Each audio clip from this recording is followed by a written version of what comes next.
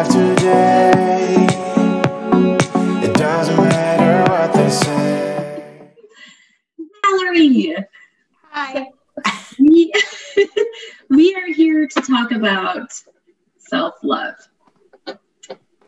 And it's interesting because I feel like everyone is talking about self-love and everyone always has talked about self-love. But I feel, do they really know what they're talking about? Do they really know what does self-love mean? Because I have found self-love and it's not what they talk about. Amen to that. I feel like it's talked about in this really superficial manner, which is why we're even doing this. And we originally were going to do it in February, like so that it would kind of coincide with like Valentine's Day, but it didn't work out. My back was out in February and bleh. But yeah.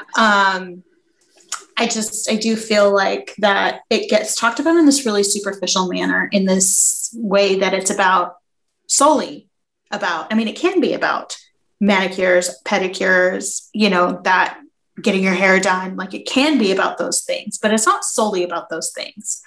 And I feel like I kept seeing so much like advertisements and things that are like,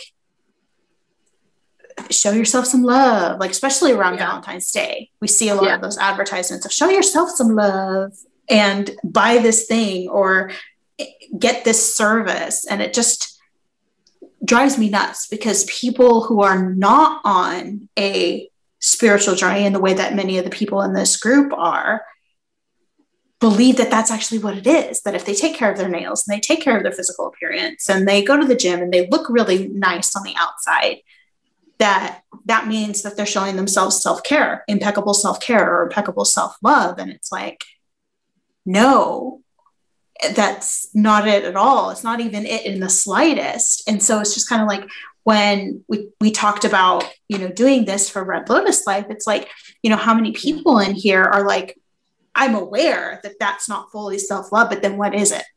Like, what does that mean? What actually is it?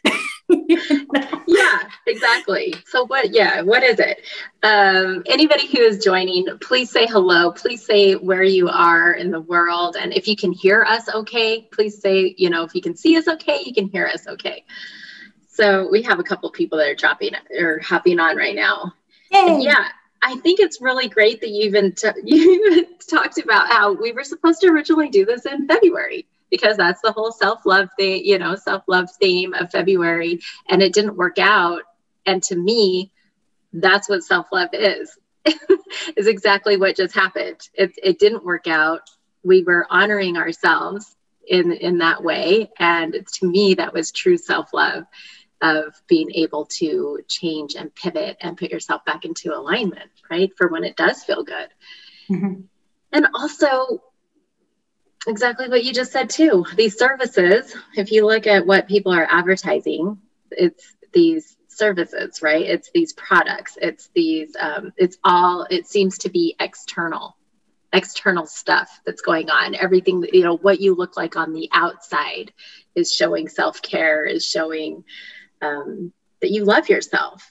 And to be honest with you, it has nothing to me. I mean, that's versions of self-care for people that enjoy that stuff. But to me, that's not self-love. Self-love happens at a totally different rate. And it's not pretty. And it's usually pretty ugly. And, dark times. It's usually dark times is where you actually find that love for self. So it's just on the outside where it's visible. So we think that if we work on what's visible, then we're making progress. It's like, I don't know. Because it really is about facing the dark, looking at the shadows and finding a way to integrate them and embrace them, essentially. Yeah. Yeah, I've been doing a ton of shadow work. So, okay, I guess just to kind of tell everybody that's hopping on or watching the replay or out, on YouTube or whatever, if you don't know who Mallory and I are, we are the creators of Red Lotus Life, this amazing, beautiful community that is global. Yeah, and it's all these beautiful souls that are just inspired. We all inspire each other, and it's just this whole group and community that everybody here is students of life, and we're all impacting the world in a huge way, in whatever way that looks like for that person. So anyway, I love our little space. I love our little community that's began. So yeah. And also we are a few different things, but I guess what I'd like to focus on today, specific for this conversation, is that we are both spiral practitioners. And yes, a lot of people do not know what a spiral practitioner is because it's so new in the world, and it's actually based out of Australia. So if you are over here in the States or on the Western side of the world, it's just barely starting to come into the awareness over on this side of the world. So I don't know. Do you want to? I'll just kind of say what I think spiral is to me, because we all have our own little perceptions. Do you mind if I just speak on that for a second? Go for it. Okay. All right. So spiral is it's amazing. It's actually the most advanced, most powerful work I have ever seen, ever in my life. And every time that I do this work on other practitioners, like psychotherapists and doctors and, people that are really trained in all this work, they like trauma specialists, and they go through spiral, they are just blown away every single time. And they usually tend to end up becoming spiral practitioners themselves, because they're seeing that it is literally the equivalent of 7 years of other self-development, talk therapy, all the things. But what I guess I can basically say is spiral, which is also funny, because when I first became a spiral practitioner, saying programming and saying deconditioning were like bad words. People were like, "Ooh, what are you talking about? That's not good." And now, since 2020 has happened, I feel like that's like the buzzwords, is to say, to talk about programming, to talk about the matrix, to talk about conditioning. Everything is coming to light. So basically with spiral, it basically releases the conditioning and the programming from the experiences in your life. So this is why I'm so excited to speak about our separate stories, because it's insane what's happened to me, and it's insane what's happened to you since I've known you and you've gone through the spiral. Is there anything you'd like to add to spiral? So as far as what it is a thing that happens, a magical thing that happens, a magical journey that happens over the course of 8 weeks. Where we're clearing specific emotional patterning, programming, patterning, conditioning around 22 of the most common human emotions that are felt in the human experience, right? So what it is essentially helping us to do is to slow down our response time, or slow down our reaction time, so that we can actually create something new. So that person who's in your life that just knows exactly what button to push to make you go off and start yelling all the grown-up 4-letter words at them, it slows down that response time, so you can actually choose a different response. Because you can do all the mindset work that you want and know, oh, this person is doing this because of XYZ. I don't need to react in that way. But they know exactly what button to push, and they know exactly what to say. It slows down your response time, so you can actually respond differently. You don't have to enact the same patterns over and over. Yes, exactly. So on that note, I would like to just share a little bit of my backstory, because you actually witnessed me completely. Like you knew me before I went through spiral. You knew me, you know me now, obviously. But to see the difference that's happened in 3 years has been insane. And to be honest with you, I had zero idea that I was still conditioned and programmed from my experiences. So real quick, fast story. I was in a marriage for 11 years. It was my first marriage, and it was extremely just domestic violence. I'm sitting here going, trigger warning. I'm not going to say anything too crazy. I'm not going to say anything too crazy, but I do want to have like trigger warning that domestic violence will be talked about a little bit here with my story. So I have always been this person on the outside. This is where, you know, the whole external thing comes in. I've always been this person on the outside. People had no idea that I was in a situation that was extremely violent in any way. I didn't quite realize, in fact, to be honest with you, I had no idea I was in an abusive relationship. And I didn't realize until my children were actually kidnapped from me. And I didn't even report it. I just kind of went to a place to say, hey, if you guys find my kids dropped off somewhere, I'm their mom, and just know that I'm looking for them. And and I walked in like this, even saying this, like this calm, and just being like, hey, so I'm going through a separation. My children, who were young at the time, they were 8 and 4. You know, I said, he took them. I don't know where they are. It's been a couple of weeks. I don't want it to look like I've abandoned them, because we do have an abandonment law here in Utah, like a custody thing. And so that's what happened. And then they immediately said, well, wait a second, did you report this? Did you you know, X, Y, Z? And I said, no, I haven't done any of those things. I'm handling it. Everything's fine. They immediately take me back into this little room, and literally on a whiteboard, they said, tell us, does this happen? They went down like a list of things saying, does this happen? Does this happen? Does this happen? And everything I said yes to, they wrote on there. And then, so these were like abusive things, right? And then on the other side, it was healthy relationship stuff. And they were saying, does this happen in your relationship? Does this happen? And I'd say, no, no, no. And then if I would say yes, they'd put it up there. So I literally saw in black and white, oh shit, I'm in an abusive relationship. And it was extremely violent. Like, it wasn't just, it was all the abuse. It was physical, mental, financial, I mean, all the things, emotional, all the things. So people didn't know, because they saw this side of Lori, because this is what I've been conditioned to be. Growing up in a Japanese culture and all the, you know, all the things that you're not supposed to, first of all, let people see your emotions. Second of all, people can't know what's really happening on the inside of your life. Oh, Bree's on, my daughter. She's saying she loves me. Hi, Bree. Bree, I love you too. So yeah, it's been, you just don't tell people. You just don't tell people what's happening behind closed doors. You know, you just don't. And especially back then you didn't, because this was like 25 years ago. Yeah, Bree's 25. So yeah, it was 25 to 15 years ago that all this was happening. So now fast forward, because this is the person you saw too when you met me, Mallory. This is me. So this is how many years later, right? And I'm thinking, well, I'm okay. I don't need therapy. I'd never gone to therapy. I don't need talk therapy. I was in a very, I am still in a very amazing marriage. I had the perfect life. I had 2 children. I had a couple of dogs. I had a house. I had a career, all these things. And for whatever reason, Spiral spoke to me, which it does.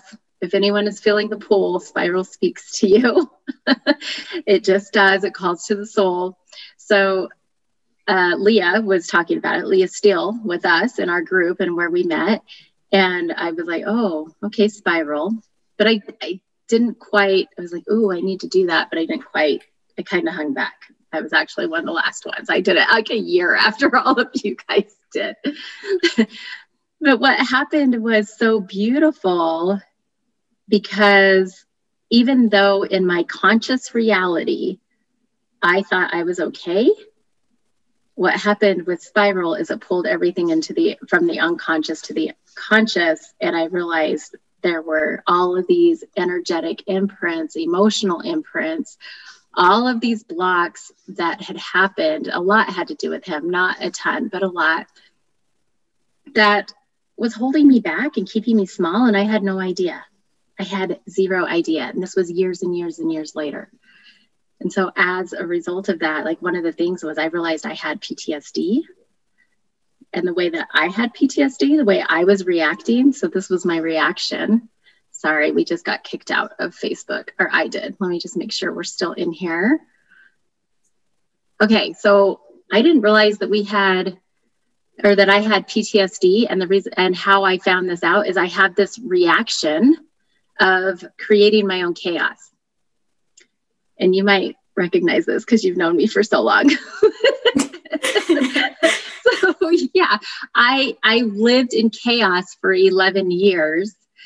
And I didn't, even though I was out of the chaos, even my husband was like, Lori, my husband now, Derek, he's like, people don't live like this. Like, this is not normal. This is not the normal life. And I would create this chaos, and not saying I would create drama or anything like that. It was more, I turned into a workaholic, because that's how I was able to just be like, hey, I can control this side. I'm still that's workaholic, but in a different way. Now it's a healthy way, but before it was an unhealthy way. And I would dive into work, and I'd dive into my career, and I would dive into whatever it was, so that I didn't have to look at what was happening. I didn't have to look at the trauma that my children and I experienced and were still experiencing. I didn't have to look at the way it was affecting my relationships. You know, I was happy in this chaos, because that's what I was used to, even though I wasn't directly living in that situation. Anyway, it's been just amazing. Like, it has been truly amazing to deep dive into all of that, like to deep dive into the healing of looking at, well, what do I not want to look at? What's over here that I don't want to look at? And one of the things was, I'm happy that my daughter's actually on here right now. One of the things I didn't want to look at was that I didn't really have a relationship with my daughter. And it was because I was like traumatized from what was going on. And I couldn't be there. I couldn't be there to show up for her in the way that I needed to be, like as a mother. And so as I've been going and diving deep into the shadow side, and actually saying, okay, I'm a shitty mom right now. Like, to just full on be like, oh shit, I haven't been there for my daughter when she needed me the most. That was like a huge shadow. Yeah, I'm telling a lot of, I'll be telling a lot of like the shadow stuff, I guess, because I didn't think that would come out on this live stream, but that's what's happening, which is why we don't plan for this, right, Mallory? Mm-hmm.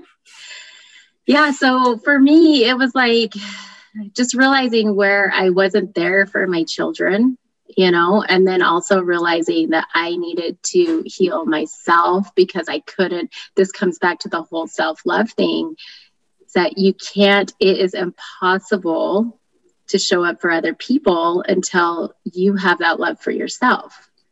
Because how can I, like, for me, like, we'll talk about me as a mother, how am I supposed to show my children what self-love looks like, or teach them what self-love looks like, if I didn't know what that was?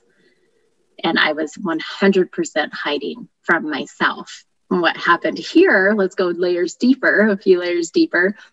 I realized I was shaming myself, and I was guilting myself for being in a relationship that long, for having my children being raised in a relationship like that, in a family circle like that. I mean, so many things were going on that I had to heal within myself. But with Spiral, this is what's amazing, is with Spiral, we have the tools to be able to dig deeper and to actually, release that emotion from the body. And then when that happens, it creates this flow, this energetic flow that has been crazy cool in the last 6 months, especially because I've been diving deeper and deeper and deeper into this.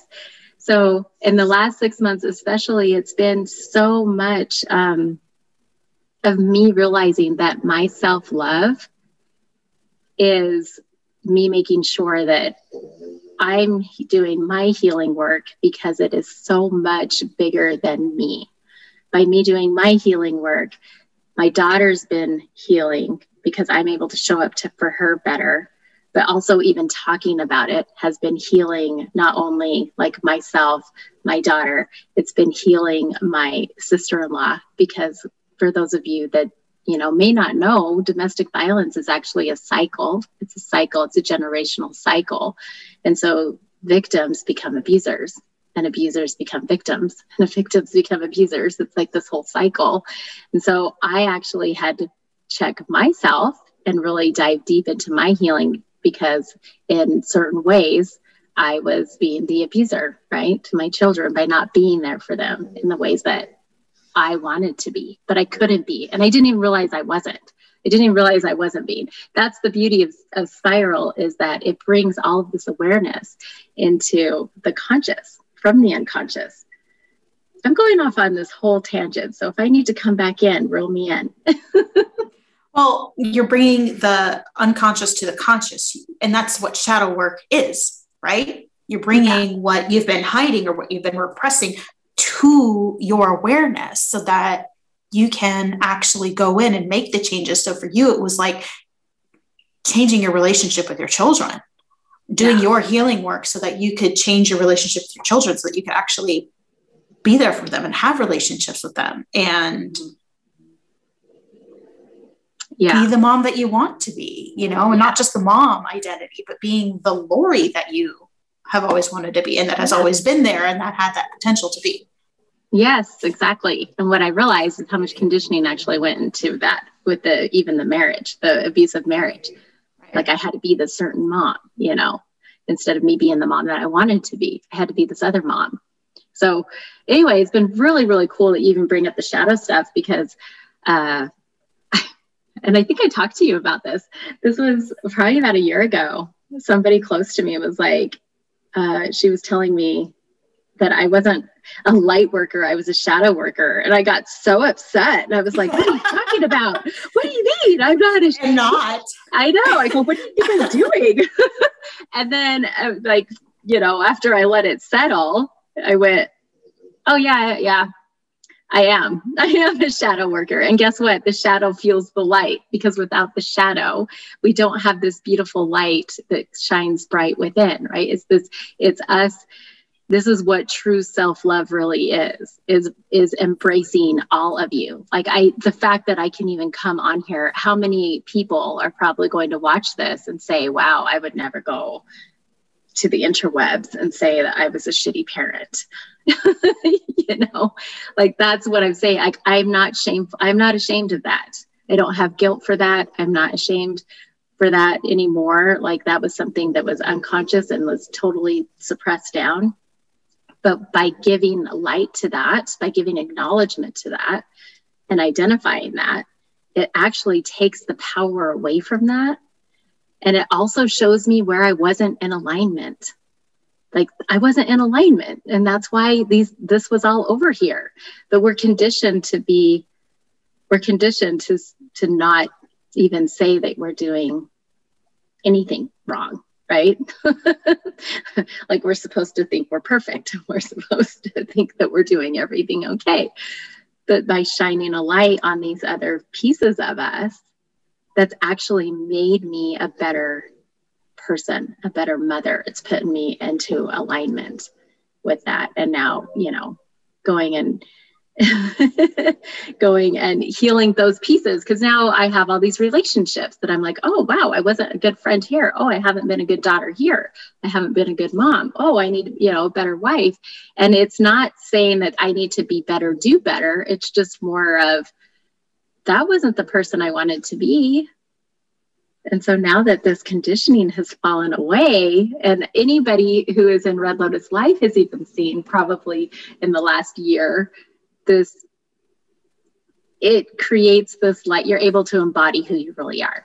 You're able to live in alignment with who you really are. You're able to connect with your authentic self and now live in integrity. And that's actually the key, I think, is living in integrity. And I don't think people know what that means.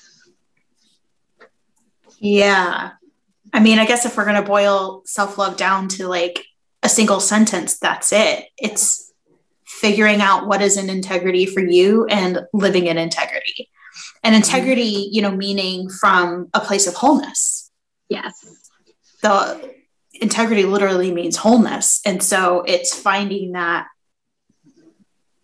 balance, I guess, that helps us to be whole. Yeah. It's just really like embracing all of you. Like that's really what it is embrace. You know what else is really cool? Okay, I'm going to say one more thing, and then I want to hear about you. I want to hear about you and your story. Like you tell your side of the story. But I feel like this might have to be a mini series. Because so many we're like halfway through, and we're not even halfway through. So I know. And I just want to tell you. So Blanca, hey Blanca's on. She's giving us some love. And Cindy Leach is saying that she will catch the replay. So yeah, I can't wait for you to catch the replay. So here's something else that's really cool is that whenever you begin to actually understand, like, where are you in integrity? Where are you not? Where are you in alignment? Where are you not?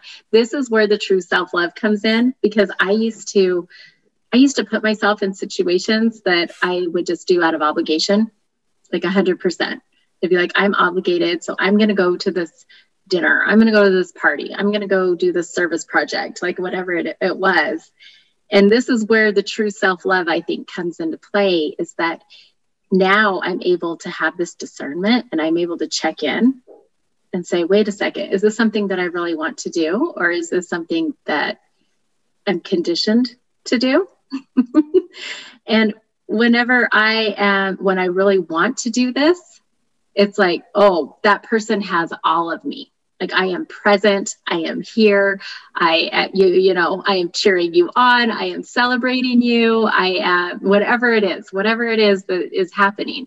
Now, if I come from a place of obligation, like I'm pretty flat. I don't want to be there the whole time. I'm thinking about all the other things I want to do instead, but it doesn't serve anybody. It doesn't serve self, and it doesn't serve anybody else whenever you're doing things in this manner. And that's when you're out of integrity. Out of obligation, because like when you're feeling depleted, because then you're doing it out of obligation when you're already depleted. So you have like the empty cup syndrome. Like you can't pour from an empty cup. You can't pour from an empty pitcher. You can't pour from a hose that's not hooked up to the water line. Like you just can't. You can't. And then, people then you start setting these healthy boundaries for yourself. And to me, that's what true love, it is true love. It's true love with yourself. Mm-hmm. But to me, that's what true self-love really is having these healthy boundaries for self and being able to really just do the things that make your heart sing and replenish you. This is your life. This is your life. You get to live it the way you want to.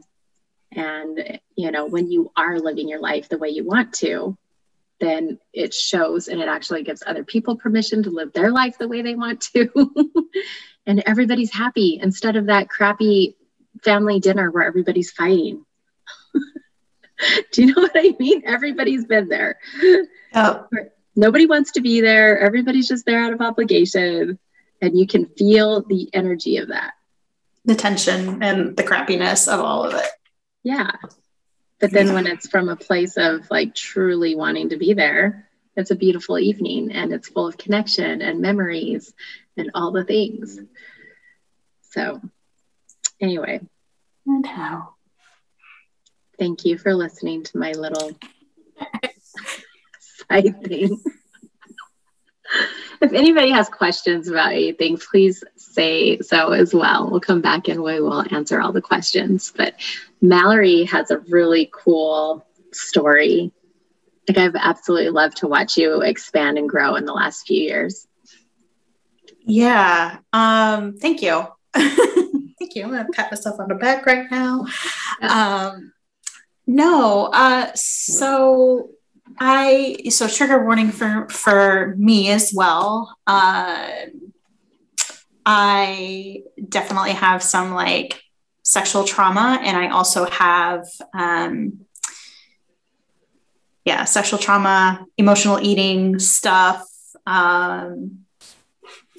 So I don't even know where to start. Okay. So I've just completed Spiral, going through Spiral. So I am a Spiral practitioner. And then I also like go through Spiral. I essentially have gone through once every year for the last 3 years. And I just completed, this time I focused specifically on my physical health.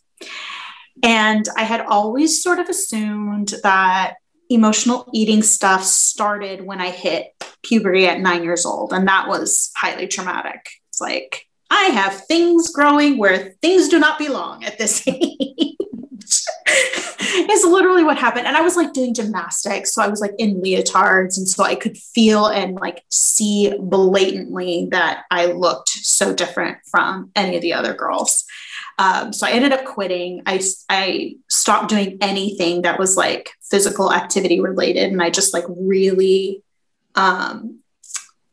closed off, and I was just all into books, did nothing else. I focused on my academics. I focused on books, and that was it.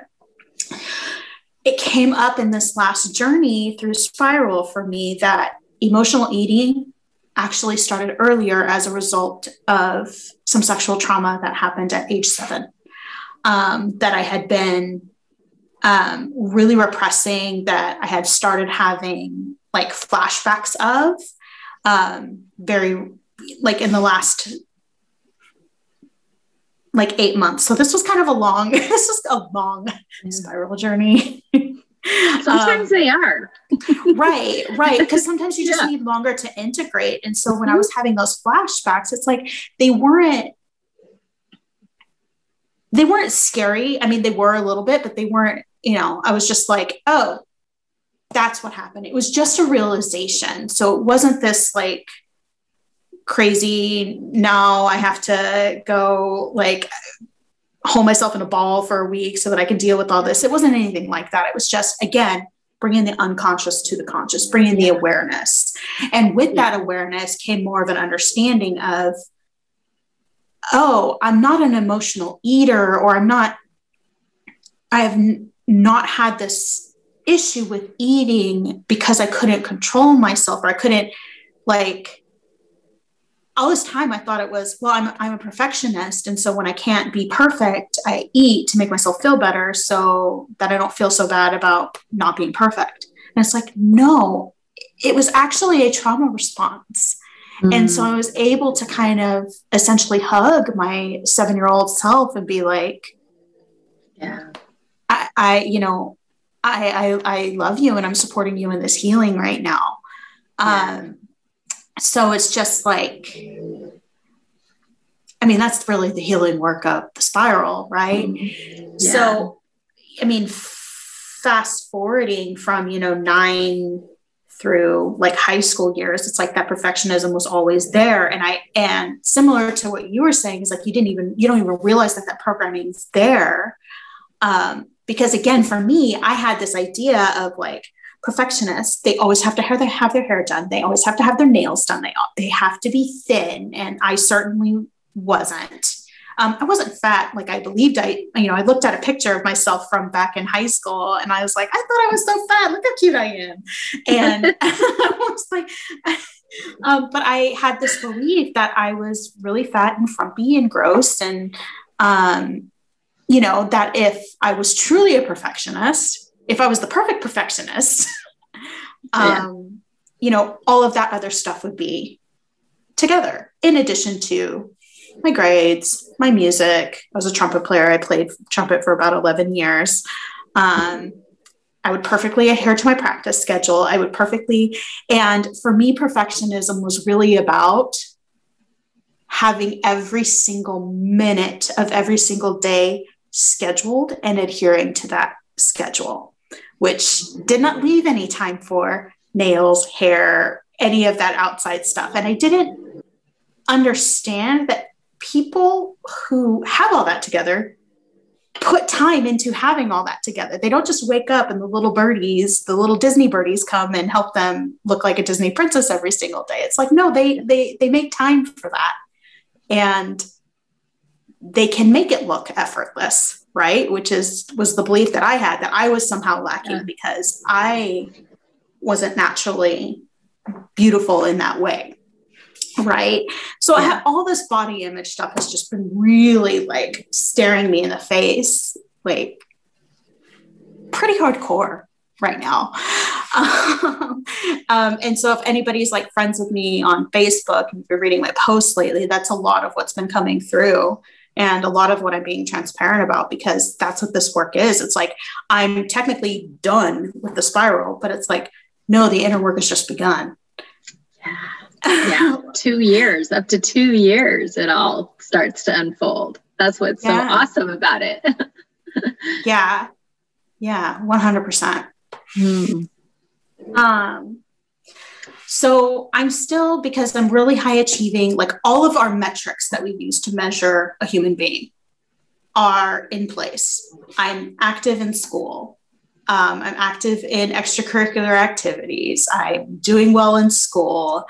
I have a friend group that I would hang out with on the weekends and occasionally go to movies. And, so I had a little bit of a social life, I had everything, had a stable home, had lived in a nice area that I felt safe to be in. I had everything. And yet I didn't realize. So I said yet, but really, of course, I didn't realize that I had a problem until I'm 21 years old, crashing my car into a wall. And then I'm like, oh, I think that there's a problem.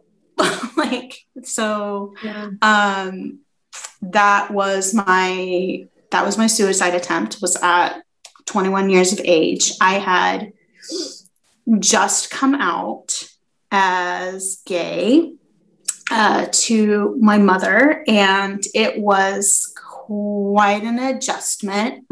She went through, and it's like I can look back on that now with so much compassion and go, she was mourning.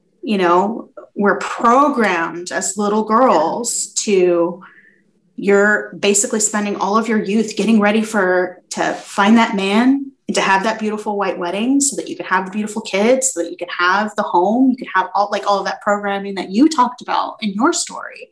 It's like she, and at some point I did too. And that's how I recognized it as something outside of me, was that I mourned that as well. I mourned the loss of the white wedding back then as well. And I was like, why am I so sad about this? Isn't the important thing about a marriage that whoever is waiting for you at the other end of the aisle is the person that you're supposed to be spending the rest of your life with, because you love them just that much? Yeah. And it was like, crazy stuff, right? And it didn't actually fully even become apparent to me until I was in a sociology of family class in college. And we actually read a book about white weddings and all of the programming that goes into all of that. And I was like, oh my gosh, that's why I was so messed up about it. Like, oh my gosh. It goes deep, doesn't it? Like even just the fact of white weddings, and right. That's a whole other, like you grow up your entire life as a little girl of planning your wedding, Yeah. Wow. And it's considered normal. And it's like, why is some 4-year-old girl already thinking about getting married? Like, I feel like that's a problem. That is a problem. That's a problem. That is not what they should be focused on at 4 years old. Yeah. Right. So I would love to say that the turning point for me was that suicide attempt, and it actually wasn't. I became more determined coming out of the opposite side, is that if I'm going to have the gay flaw, because that's still how I viewed it.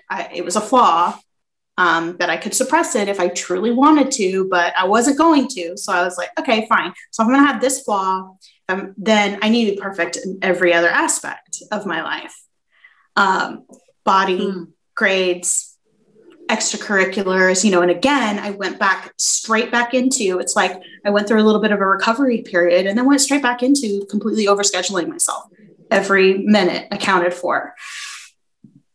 of every day. And it got worse through my 20s until I actually started on this spiritual journey. It got so bad because I was like, well, here's all these other ways that you're lacking. So you don't have, so eventually, I mid 20s, early 20s, I met my current partner. Love her to death. Beth Neely, who's also in this group. Hi, if you're watching. But I think she might be. Love her dearly. She's amazing. And like, so it's like, okay, I have this partner. We take care of each other. It's very egalitarian, she cares for me in ways that, I struggle to for myself, and vice versa. So we have this, this beautiful balance. And where the perfectionism kicks in again is just sort of like, well, you don't have children, so you have no excuse for your body to look the way that it is. You have no excuse for not having time to do XYZ. You should be able to do it all. And it's just like, oh my gosh, like what is this? Who are these little gremlins in my brain that are trying to drive me absolutely batshit crazy and insane? Like, who are you? Go away. Poof. And it's like, you can fight it all that you want, but it's like, clearly you're not going to wipe out with mindset work all the little gremlins that are running around your brain like squirrels at a rave. It's not going to just go away because you decide that you're going to repattern your thoughts. It's like, clearly that stuff is stuff that has become so ingrained. It's, I hear a lot of backlash around the way that the spiral community and the spiral modality uses the word trigger, because psychology and psychologists, the world of psychology speaks about triggers very specifically having to do with mental breakdowns, people being in a triggered state where they're in a panic attack sort of situation, or they're in a complete breakdown state. And it's like, what spiral uses is a little bit more of a neutral term, which is like, it's not actually a negative thing necessarily. It's just that everything happens so fast, you feel like you can't help it. That's what a trigger is for spiral. And it's like, for me, and perfectionism was so ingrained that it was happening so quickly that I couldn't even think about it to make another choice. And that's what spiral does. Like, again, it slows down that response time so you can choose something different. Yes. It's like, it almost slows it down into, like, a lot of times I see things in slow motion to where that trigger, and I'll use the word trigger. So that trigger kind of puts that stuff in motion because that's what we've been conditioned and programmed to react in whatever way. Like for me, it was, oh, okay, I can't go into that space because if I do, it's not safe, right? So it really comes down to the central nervous system, honestly, and just feeling safe, right? So we go into this pattern of this trigger, and then the exact same stuff happens the way we react. But whatever with spiral, it actually neutralizes that moment, and so that you actually have time to just observe it and go, oh, so this is happening. You actually recognize it and go, this is happening. How do I want to respond now? And 99.9% of the time, what I've found and what my clients have found is that there is no need to respond. You just kind of observe and you just go, oh, and you just take note. You take note, yeah. And then you make a different choice. Right. So it totally changes. Can you imagine a world where people aren't reacting and they're just responding? How much of an influence and an impact would it have on all of the keyboard warriors out there, right? All of the that's happening all over. I just see it happening all over all of the social medias. It's just Yeah. Crazy. Like, yeah. It is all over. It's funny because a lot of people will ask me, how do you feel safe?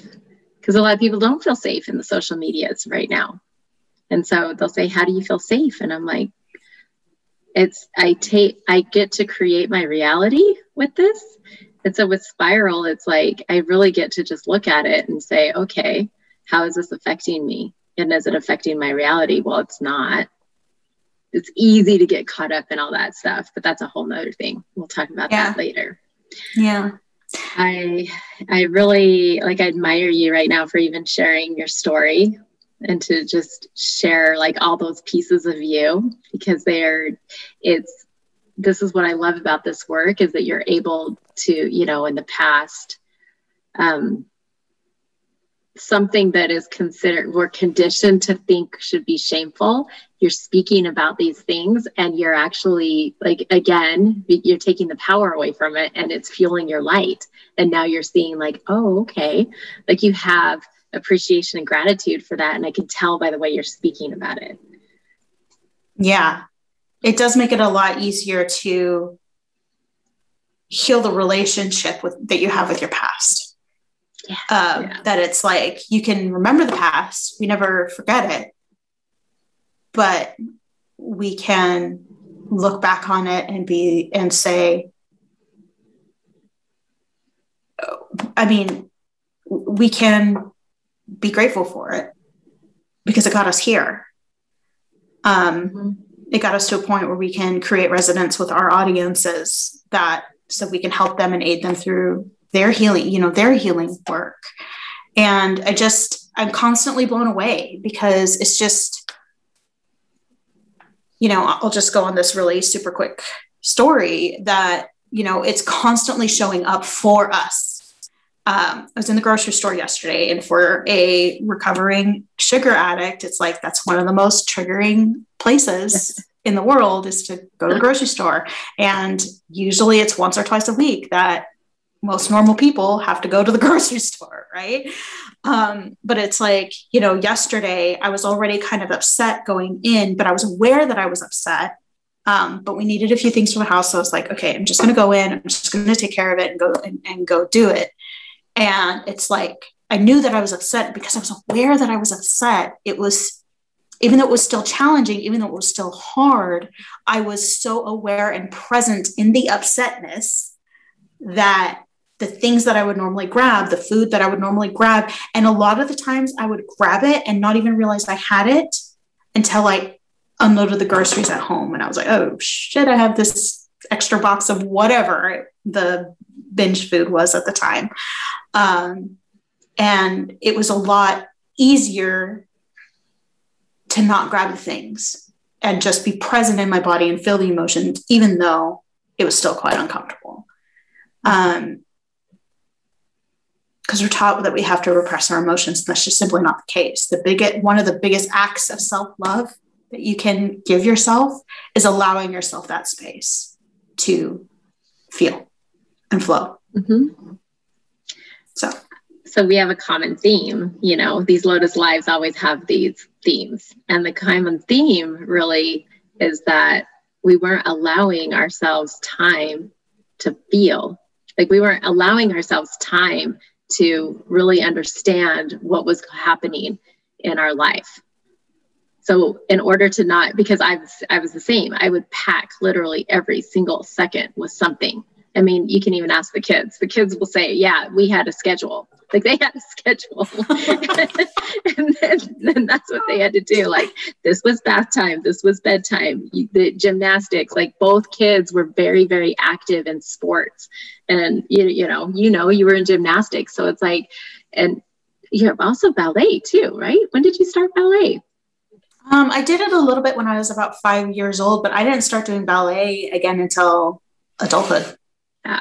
So, this is so interesting even now, like as I'm even observing right now and the aha moment of like, oh, so we have a theme and it's this time. How many people, like we are conditioned, especially I feel like in the Western world, we are conditioned to be on a schedule, to pack our entire day up with, you know, with everything and anything, and to have our, like I said, our children going to things, us going to things, you know, work is now, how many hours are people working? You know, I mean, when I was working for corporate, it was like, I was working 60, 70 hours a week average, you know, and it's just like, we are conditioned to stay busy, and we're conditioned to stay busy. So we're not able to understand, see what's happening in our life. And so we don't have the time. We don't have the time. We don't have the time. So now what do you see happening? Now you see road rage like crazy, right? Road rage is a total thing. You see abuse is on the rise in all the ways. I mean, there's all the, you see like the human trafficking stuff that's coming out. You're seeing like just anything and everything that is not loving, that's at a higher vibration. I mean, we'll pull it back around into even spiral, because that's what we work with. We work with the levels of consciousness. And so people are literally vibrating at this lower level, and they're not able to actually make these changes. So when you're able to pay attention, so like we're releasing, like we release this out of the body, and then with spiral, we have these integration activities, and that's what rewires the neural pathways and all, I mean, all kinds of cool stuff, like all kinds of cool stuff. But this is when you actually start to begin to say, oh, okay, you start making conscious decisions to now live a life that is a higher vibrational life. Like, it is higher vibrational. We all want the planet to raise to a vibration of 500 and above, because love is 500. But if you take a look around, I invite everybody to take a look around the next time you're at a grocery store. The grocery stores are the worst right now. Like, you told me yesterday you got triggered at the grocery store, and I was like, man, they trigger me too. I hate going to the grocery stores right now. They are terrible. But just pay attention to, oh, sorry, go ahead.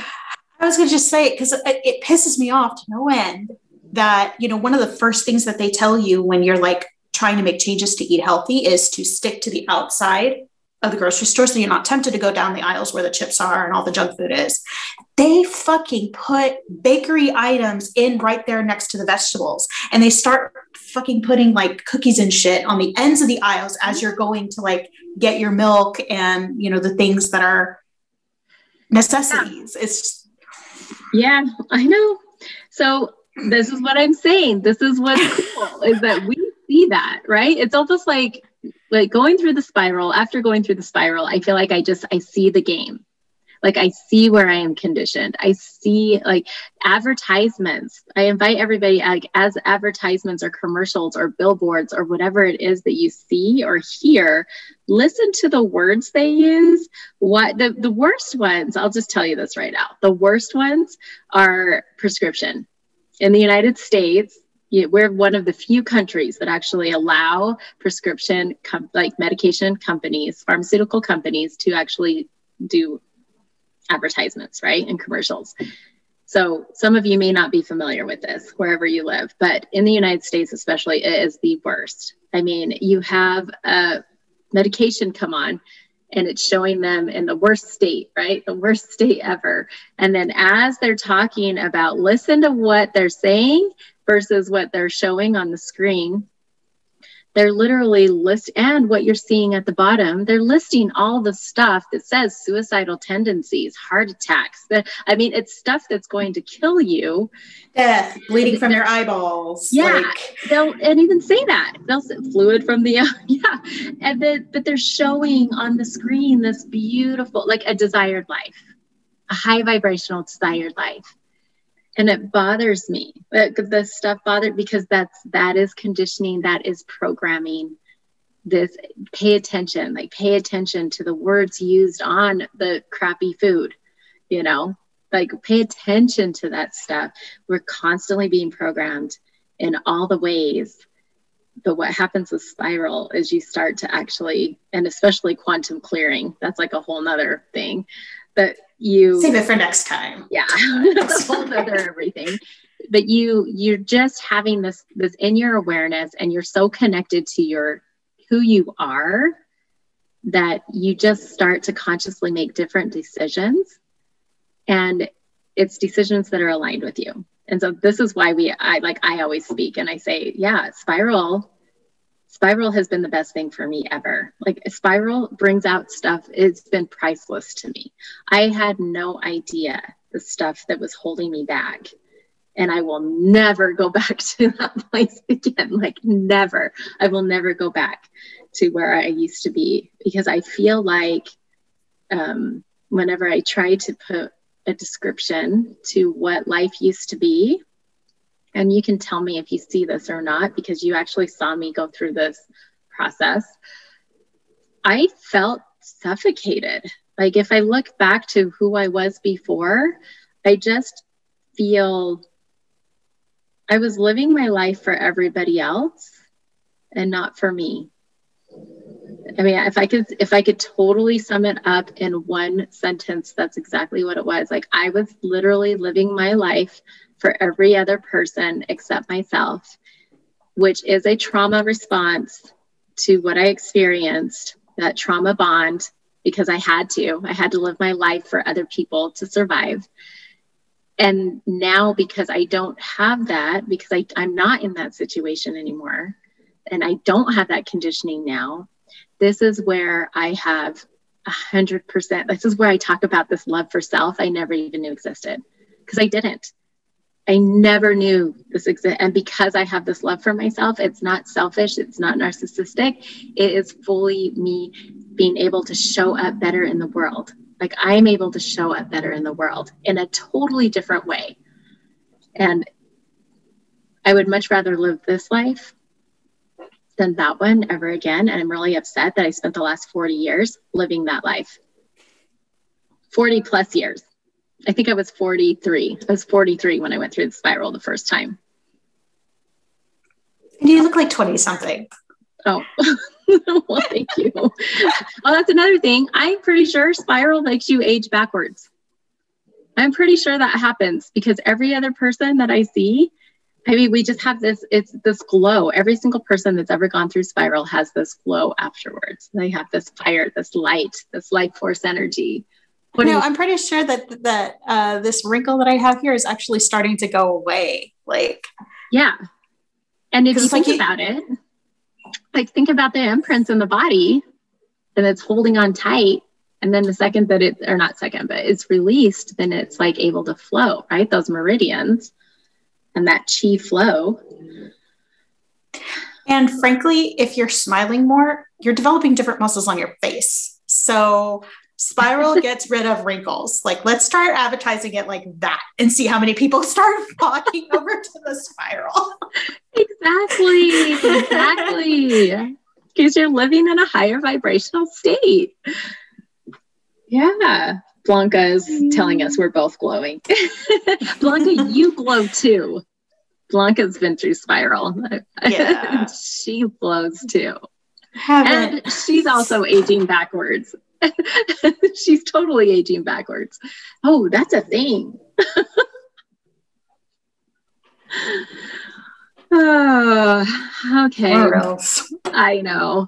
Well, I feel like we're going about an hour and 5 minutes in. I just am so blessed to have this space. I mean, honestly, for us to be able to come in and be able to just share our experiences in this way, and really just, shine a different light on what self-love truly is.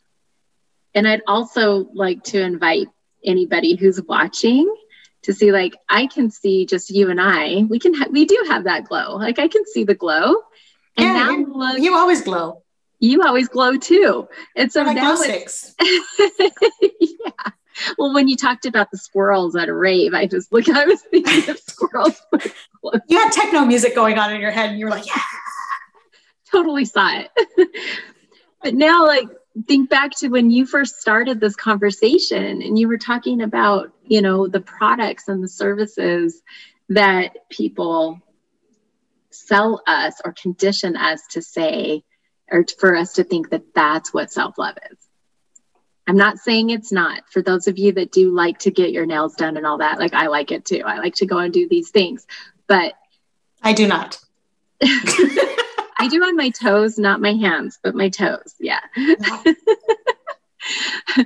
But No it's like really pay attention to like the people, even in the commercials, you know, like check out the models in the commercials compared to people that you can tell are truly living, you know, soul aligned lives. There's a big difference, a big difference. And not saying that they're not, I'm just saying the people who are truly authentically living their desired life, the life they want to live. That was the biggest thing for me, is realizing that I had choices. I didn't even think about it. Oh my gosh, I just thought about all these other things. I know. So we're definitely going to have to pop on here again next month, because we're going to actually be on, I think, same time, same place next week. With Jamie. Jamie's coming back. We're talking more collaborating with the cosmos things, because we realized that there was more stuff to talk about there. So Jamie Miranda is going to be back with us next week. So Lori and I at our next meeting will schedule a time and talk more about this, I think. Yeah, I think so. And if anybody has questions about when we're talking about shadow, because that's another thing that we've been conditioned to not look at the shadow, and the shadow's scary. It really isn't. It really isn't. It's not scary. Think about your nightmares. And as you talk about them, they're not scary anymore. And now you're like, oh, that was stupid. I don't even know why. Why was I so scared? Now that I spoke it out loud, it's not scary. So please ask us any questions that you would like to, because the spiral is so new, but it's so amazing and so fabulous. And new, but based on a lot of ancient knowledge, right? So, oh yeah, that's actually what's so cool about it. That's why it's so advanced and powerful, because it's actually models on top of models on top of models on top of models. I feel like it's like this encyclopedia of modalities that have been meshed together. And then it's created this, I don't know, amazing thing. We can talk science. We can talk all the things. We can talk magic, woo, it doesn't matter. And it works for it works for everybody. It works for everybody, regardless if you understand it or not. Exactly. It's good. Okay. So yeah, I think we will be back. We'll definitely be back. Okay. Thank you. Thank you for everyone who shared this time with us. Thank you, Mallory. It's always amazing. I'll catch you. I'll talk to you later. Okay. Bye, Red Lotus Life. Bye. And live your life today.